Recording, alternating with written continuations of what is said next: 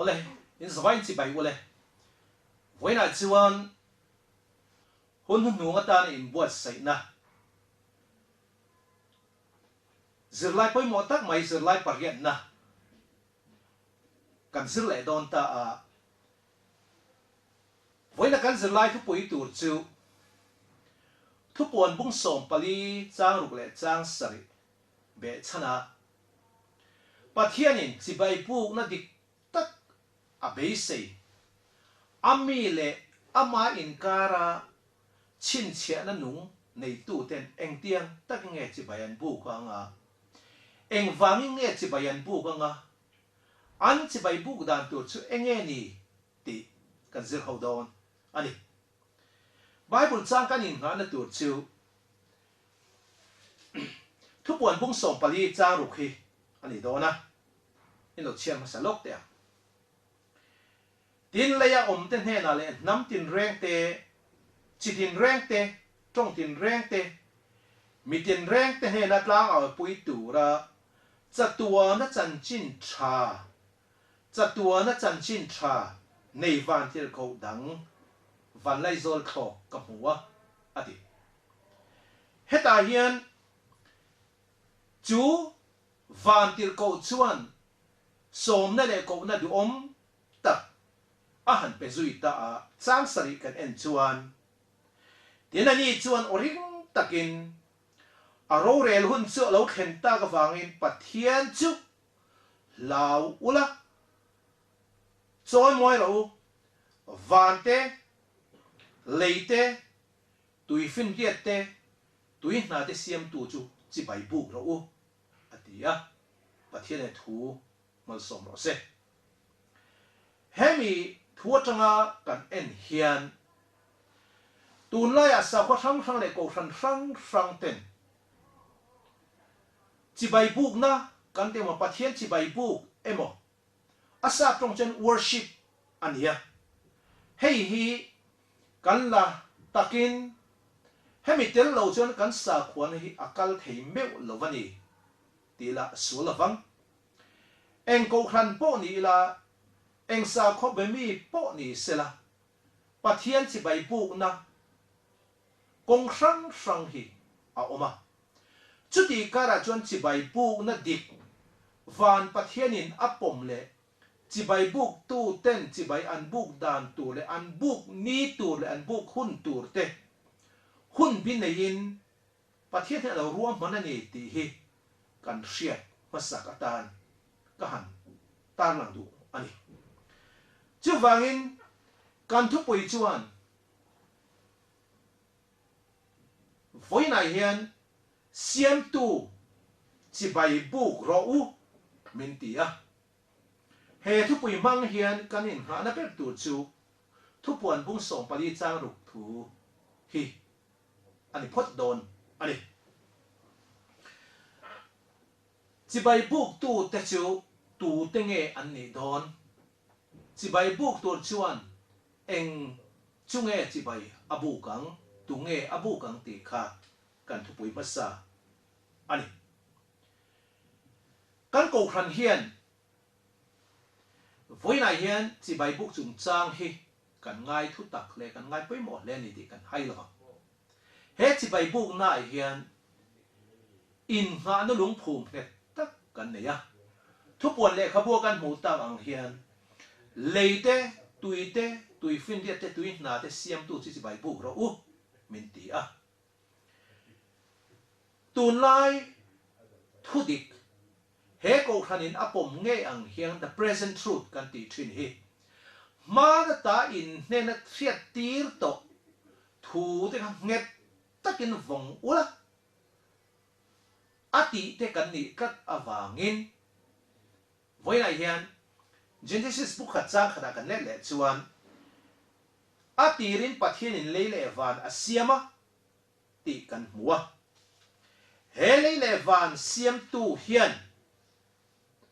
ama chi bai buk tu ten chi bai an buk na tu na tan chuan midangin an siam thui kan heta lo leile van le achungam zong siam tu chi pathian ni pathian engkim siam tu chi bai buk tur ani ti in min sila chu ti rual chuan nam tinami te chitinami te mitinami te trong tin ami te nena he trong kam hian khovel mi zong zong nena chu chi Bible na thu chu puang chuak tura hril ve turin min du tlat mai chi Bible chung chang he chatuan chan chin tha ti in thu puan siak tu hian a han da nin hunu ga isu lo kale mai tura ta na lo muak tu nga reng tu te hian he thu hi apoi mo na le khun zia kan sir chua voi na hian kadu ani chu wangin mathai bung som ni pali chang som pali a khan lo kir le lokila heram chan chin thai isu na ti hriat tin na turin khovel zong zong a hrilin oma top na lo thleng ati ni chinami thuang khan nam tin mitin chitin trong tin nen tlang au pui tu chuan tan chin thra ani ingin khovel zong zong a huap tu rani atilia he chan chin thra hian tin mathai bung som ni le paria chang so pakwa I suan tlang olive tlang a zirtir te nena thu a soi nu berte zinga mia khan nam tinami te zirtir a siam ula kei kum khwen khovel to phing in nena ka omang ati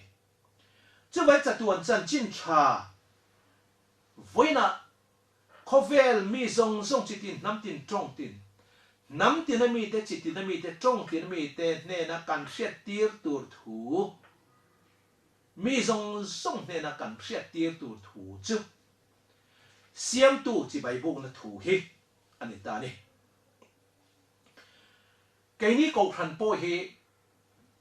tu na tak hiền khó về lại hiền cầu thần sáng tâm tak zinga chỉ Bible na đi tak lệ chỉ Bible ni đi tak voi nai hiền zirtir cầu thần kan ni tin kain chal ngama a chan chu I suan a suyang nge yin khó về zong zong hi voi nai hiền kan lal pale kan pathian ramalo ni ta ti a hen ni ma chuan lu chuaka zirtir asiama he chatuan chan chin tha hi puang tur kan ni ti kan pom ke tlat ani voi nei hian ram zan hi le so un ram zan hi som zeta baptist my member he ko ran makta duai som ni le pakhat zet hian mo phurna voi nai hian I suat thupe ka ngai hian chi Bible na dik tlang aw puin chan chin tha ne na then than thei mi lo chu rin na le khongai na le chan dam le chi Bible na hi po then thei lo ani ti hi kan pom ma fangin chi Bible na chung cha hi puang turin kai bo se ni voi nai kan la tam to kan ti lo khop mai ro chu kharau thiang him nen chuan kan tam to thia lalpan mi man phot chuan hei kan hlen chuak ngai ti po hi kan in ka na ni tu na hian he chatuan chan chin tha hian a huam chin le a hlen chin hi soi thiam a har viang ma se vai na kan Zirlai a hian thil pakhat han soi tel lok du ka le ya Isu Krista tlan na lo puto tu angai dam lo chang tu a chan dam hlim na lo chang tu piang te hi chatuan chan chin thain a hen na te a hen na te ti kan pom ta ni Isu la le chan dam tu kan pom rei zong e mon ni lovin angai dam na changa chatuan nun na chang tu ra Isuan nun na ape a khongai na ape ati ni lovin Isu lo ti to sa in ngat te na hen chin chin kha chatuan chan chin tha nei tu ania chu mi chu chatuan chan chin thain a hen chin chu mi mo phur na chu chi Bible na dik taka chi Bible ka ni Bible la hian mi pakhat chatuan chan chin thain a hen na hun mang toy per te ziang ni hial o mai mo ti tu chan chin chai lo lu khung lok te heta hian luka bung som ni pathum cha som thum pa ni tang som li pathuma khan isu cross khen ben ni khan ading lama khen be a khan chatuan chan chin tha adong tlat mai khami hne na khan isuan heti hian ati isuan ka hilat che kan hne na paradise ai om ve ang tin thu tiang tlat mai kha khan isuan rong a bol man lo ani mai thei khami khan a chenom kho veng te a kon van man lo kan ti pon ni mai thei a mai ro chu thil chiang sa chu chan dam thei tu le ngai dam thei tu le dam nak him chatuan dai lấy van na chu nei na zong zong nei to to khan a ngai dama kan ne na paradise ai omang ti in khami hun la khan an ne na paradise ala om tur thu a hil tlat mai chu mi tiam chuan nang le ke voina ring tu zong zong ten hun hun nu ha om te hian chatuan chan chin tha hril ve hi kan ba a mero chu a hun top a man mai mi pakhan hne na chuan a veilama hne na chuan chatuan chan chin tha in a khen thei tu chin riat pui tu a tang man tlat mai ni minute kha chung lek ani mai te voi nang le ke he le ru suam mang thitla khen betla ngei khan thitla ani tin siama se ngai dam thei tu di dam tu nen apan rual khan chatuan chan chin tha in a ne na thleng ani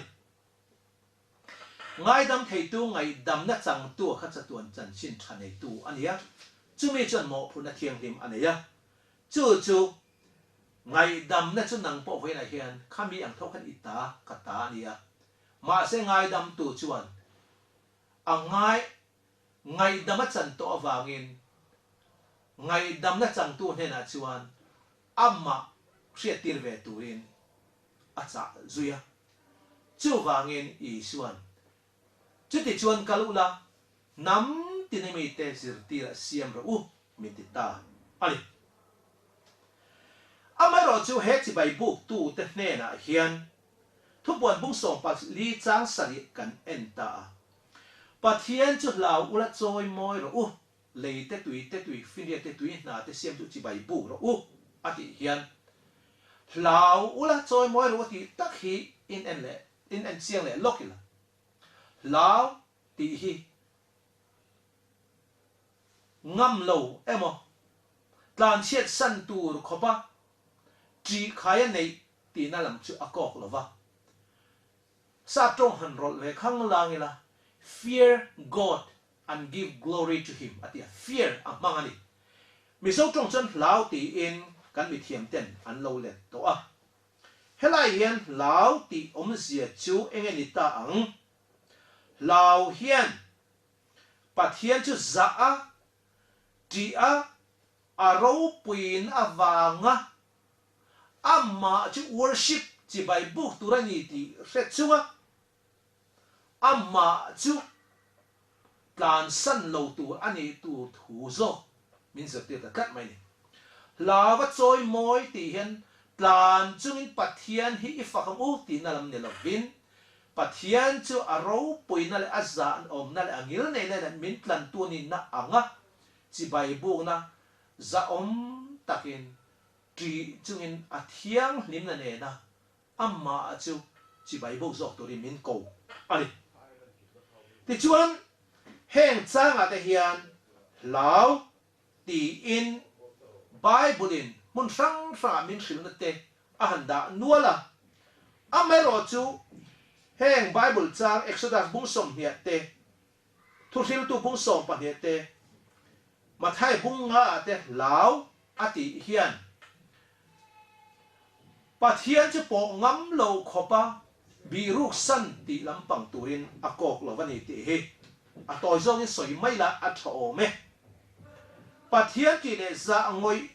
ngoi kan ni chuan pathian hi aro pui na awangin amma chu kan nai sau savama amar sa thiang lim na chu reng chungin ati thiang lim tu ni tin kan fellow na kha ama bi ruksan nan mang mai lovin eden huana evil damaten pathian chu bi ruksan tumin an thing buk noi lo birwa thei pui na in khu moi tum nan an lo mang ta ti lam pang kha kok lo ba mai ro che ta hian lawa choi moi ti hian pathian thiang him la ro pui ta chu nai sau sawa ati thiang hu tur ama nai sau sau tur ko na ani chu vain aro rel hun cho lo khen ta ka wang ti le ta aro rel hun hi lo khen ta a pathian chu choi moi sau sau ro men ti ko vel top don che pa om te hian eng tin nge ro rel na hi kan hu phurem o ka ti thri na amar chu kan zirlai a hian ti hian Krista ngai dam na chang tu kan ni to se wang hian Krista ngai dam ate chuan ngai dam tu chu voina hian kan mu chiang tak setani chuan mi ko ta ai lan do na ukil chak lo ni la nei ngai lo ama din pui tu tur soi pui tu tur an ne ya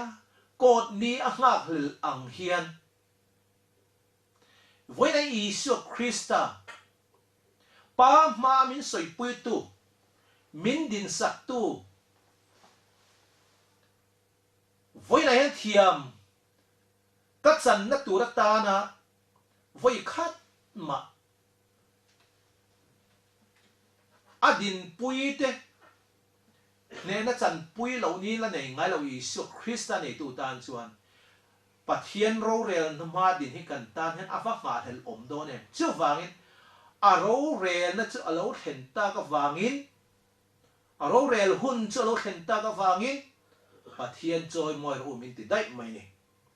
chu wangin voi nai hian rombung re chang khat kan en chuan Isu Krista om te tan chuan thiam lo chan re ka om to lo ati chu wangin Hebrai bung ri chang khat kan en le chang khat e chang ni kan en chuan Hebrai ziat tu chuan kan thu soi te zi ngai na poi mo ber choi he ni pui thiam lal ber wana te khen ro pui na la thut pha ding lama thu mun thiang him le biak buk tak takarong bol tu voi na yan min soi pui tu kan ne ati hi voi Isu Krista in a soi pui thiam a chan te to thi sen thil ti theina a ngai dam de tan chuan pathian ro rel ne nga lel oma chu chu thiam kan chan na tur fam kim na ani don boka wangin voi na hian chu mi chang tu te tan chuan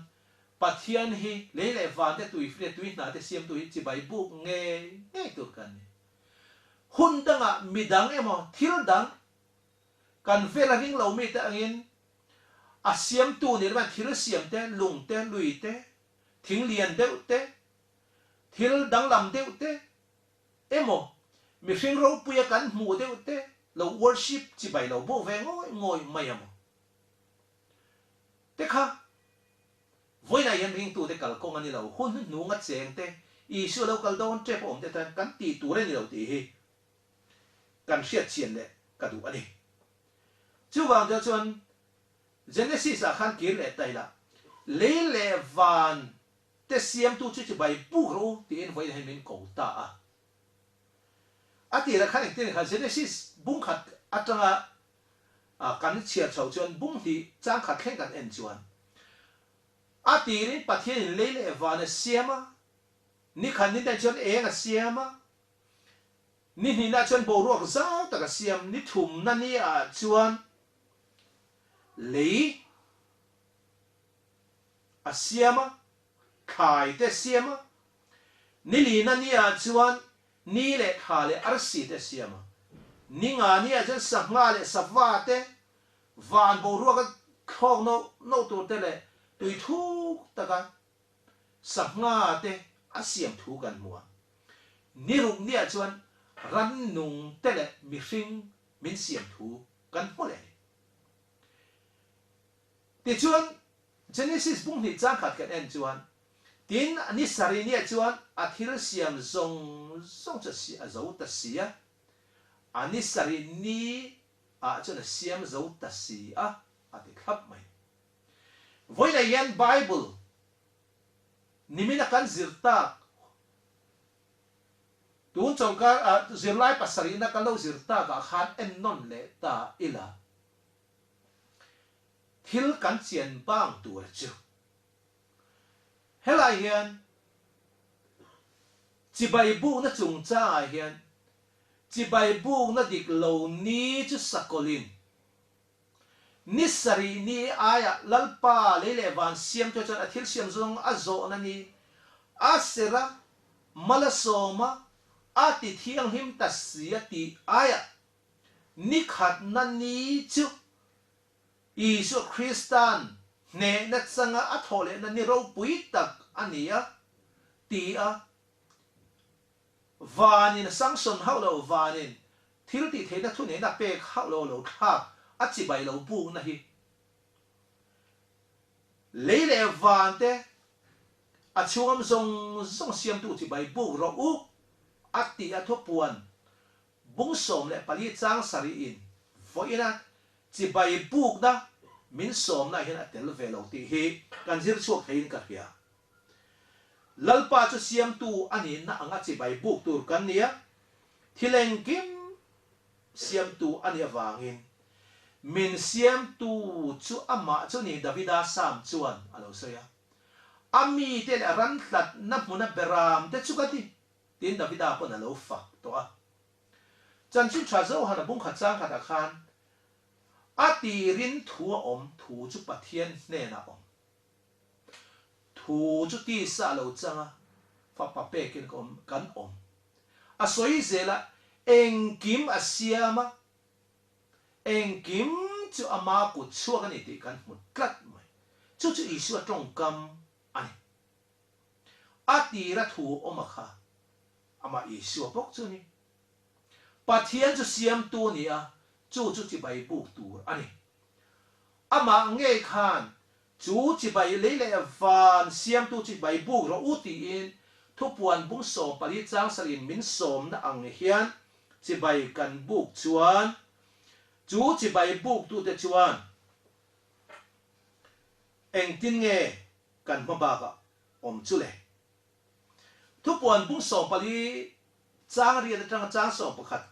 kan nei chuan atoi zong in kan Zirlai hi lo khai khom de mai la khalai khan siam tu chi bai buk chu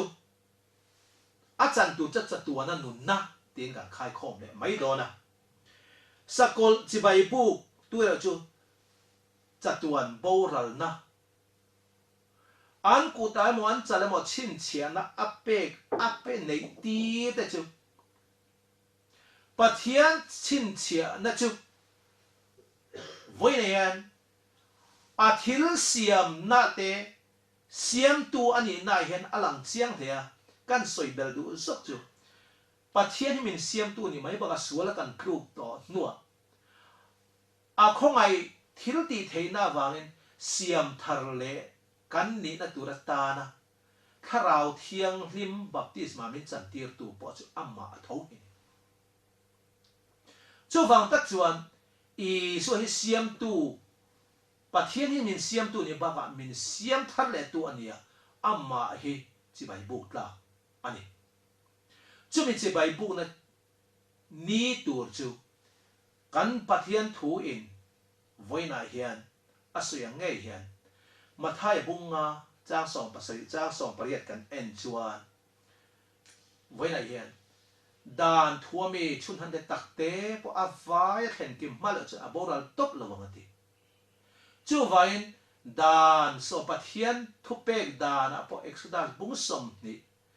chang re tang chang som le patnia po alo lang kha kasol ni te chu ati achol ni sabat ni hi voina hian chi bai buk na di dik tak le le van te siam tu ani na voina hian ni chu nia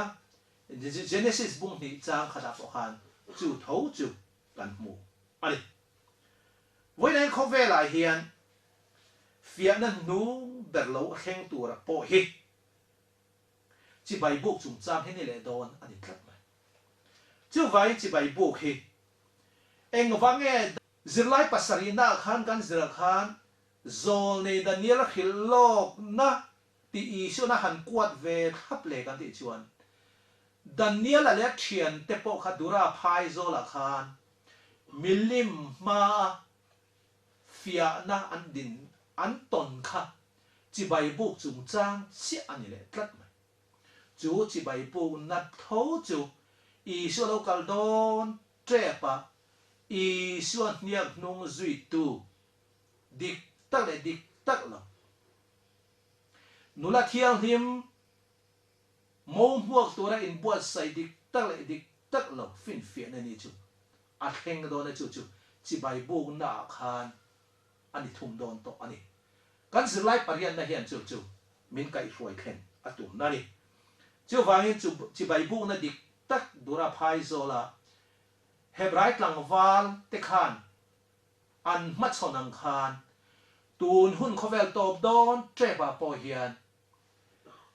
pathian nung leile van a chua thilom zong tui na te siam tu chi bai buk tu nge voina chi bai buk ton du kan thanga ti hi ei mani in zo ti la ti na dang le a chuan mi hring siam chok pathian leile van tui fin le tui na te a siam hriat ring na ni lo chi bai buk na ta na khovelin Christian khovelin atam zo te no pom to a chi bai buk ni man ve ngot hi ti hi zo na poi mo ta mi maltin kan in zo tur ani ome kan ta na nun na tui na te ti kha han soi zau lok ka du a isu chu tui nung lui tui khur kang thelo tui na nun na tui voi ni khang min pe tu ania chu tui nung siam tu po chu ni chu wen tui na kang ngai lo siam tu chu voi nen chi bai kan buk do lom ni voi kan Zirlai a hian zo na kan zawai ta na lo hriat kan hriat tu la ka du chu kan za hian voina hian chatua na chan chin tha mamo tu kan nia isai bung som nga pathu min lo soi to ngin beramangin kan bo theva chu wangin nin nu nga chi bai bu na tu dik tak chi bai bu dan tu dik tak chi bai bu tu te chu he zia hi an ne yang ti in khai khom tai la kan Zirlai hi pakhat na chuan chu zia pakhat na chu Isu Krista ngày đầm na chẳng thiềm chẳng sual này là wa aruat lova Isuan ang ngày đầm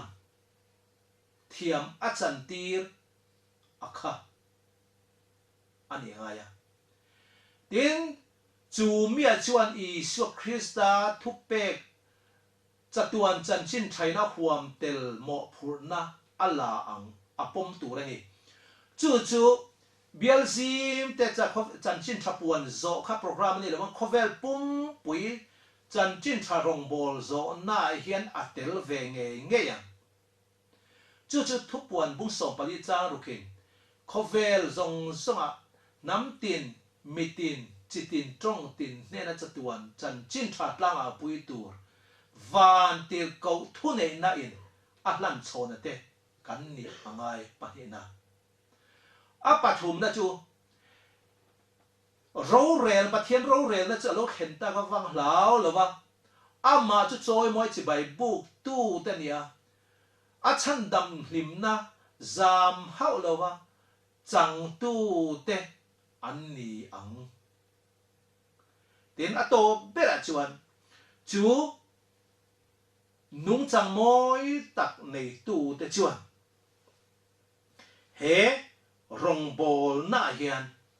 chỉ bài buộc na đi tắc ni đi tắc cả kalal pa iso Christian he khovela omlaya chỉ bài abuk nania athan nisari nani chol nia chỉ bài buộc na hiền in ngatanga chu mi te singa chone tel nge chu wangin voin kan thu pui du tak kan han soi ho ta ka hiền siam tu chu chỉ bài buộc ro ati hiền aken tel chung pali te chu ria ila helai mi pakharin zona handa a he zona hi tongkam khatin han sang le lokila ani le kharu rupa kha isu ding lama cross an khen be ve kha cross atang khan la khang ni ta sila eng tin nge an nun le khuna man su yang ti hi zona alo lang tat mai chu po chu ti hian lo thang tai la Isu Christian mai mang ngaya chan dam na paradisa atiam pom tu dik tak thin lung zong zong pom tu khan anun lui a khan le vin abul nayam mi ne na isuan pharo ti dam to te isuan middel lo ti dam to te ang bok khan pathian fakle choi moin pathian chi bai buk dan dik tu dik takin pathian chi bai buk ngayang ti hi karing kratani chi bai buk na dik tak ne na tu ni so local don trep khuna ama hi nung sui tu te hian siam tu chu chi bai buk ro ti hi ataka poma ataka changa he Isu Christa thu oya kan soi non leng Isu Christa Bible thuani na ang mani ngai da na chip noi lawa oya arong bol tu i theu tu da chi bai pu tu dik tan tu rin dal ban ma som cheu tu ro se lo me